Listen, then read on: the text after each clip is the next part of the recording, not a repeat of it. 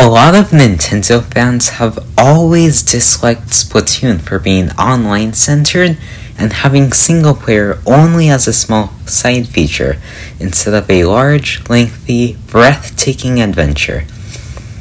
Many people believe that Splatoon 3 might have received a massive open-world campaign, but as we know, this is not true. A lot of people are calling Splatoon 3 lazy for making another single-player campaign that revolves around speeding through A to B levels full of Octarian enemies. People think that Splatoon 3 is especially lazy for still using Octarians as enemies a fourth time around. But honestly, these complaints are questionably accurate, and many are more relatable to other Nintendo single-player games than Splatoon campaigns. Before I start, please remember that you deserve to have your own opinion on things. Just let me explain why you might feel this way about Splatoon 3's single-player campaign. First of all, it's not lazy. Please let me explain the difference between similar and lazy, because there is a large difference in between similar and lazy. Lazy is copying and pasting what previously existed and adding very little improvements and changes. Similar is reworking what didn't work very well, building off of what was very good, and throwing in a few minor features to freshen up and improve what previously existed. So from that point of view, Splatoon 3's campaign is similar, not lazy. You must remember that we haven't had a Splatoon campaign that wasn't treated as a game tutorial or a paid DLC. Octo Valley and Octo Canyon were both meant to be tutorials, which led to their straightforward, brief, and uncreative storyline and gameplay that wasn't very fun or memorable.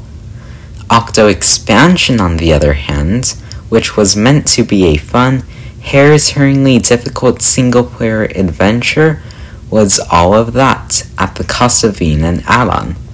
It was a masterpiece, so good that I personally found it funner and more memorable than Breath of the Wild. But that is just my opinion. Please don't think that I'm trying to say that Octo Expansion is better than Breath of the Wild. I expect you to disagree, and I am not trying to change your opinion. All I'm saying is that Octo Expansion did a wonderful job at having creativity, uniqueness, difficulty, a cool aesthetic, a dark, mysterious storyline, and was just very good. It was everything I personally could ever want from a Splatoon campaign, and if you haven't played it, go buy it right now.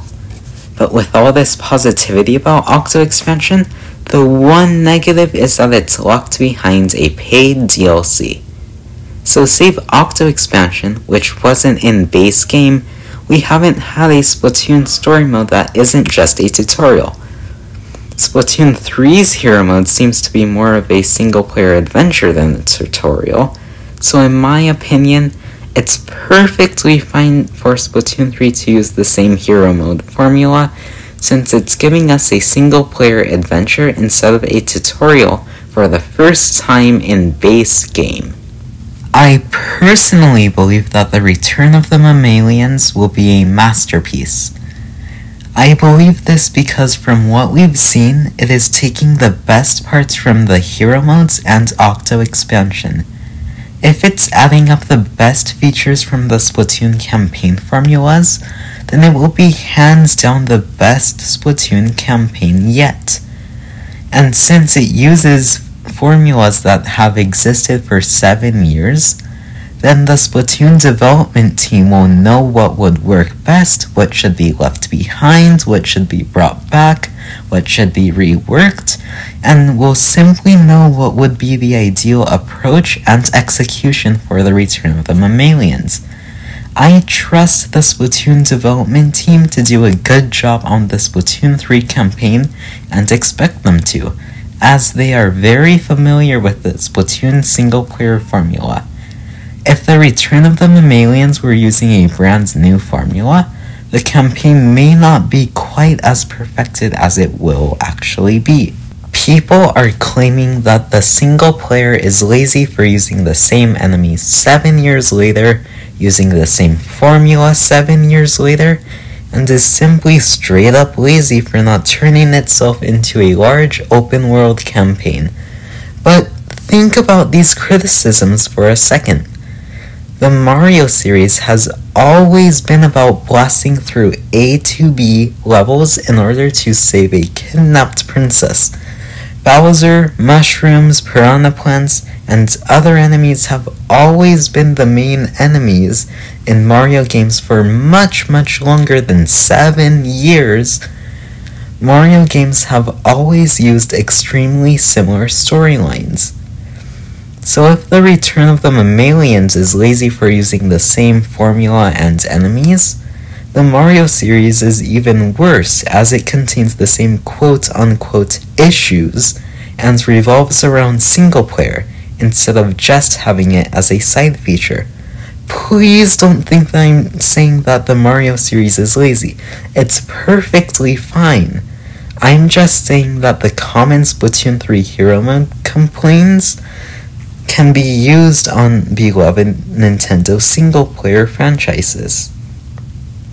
Remember that the Splatoon campaigns are side features in the first place. Splatoon games don't revolve around single-player, they are focused on online multiplayer. Shooters don't always have a campaign, so we should be happy to get any type of Splatoon campaign in the first place. I don't think we will ever receive a massive open-world hero mode in a mainline Splatoon game, and that makes sense, as single-player is a side mode in Splatoon games and shooters in general. Many Nintendo fans need to accept this information and stop asking for unrealistic features.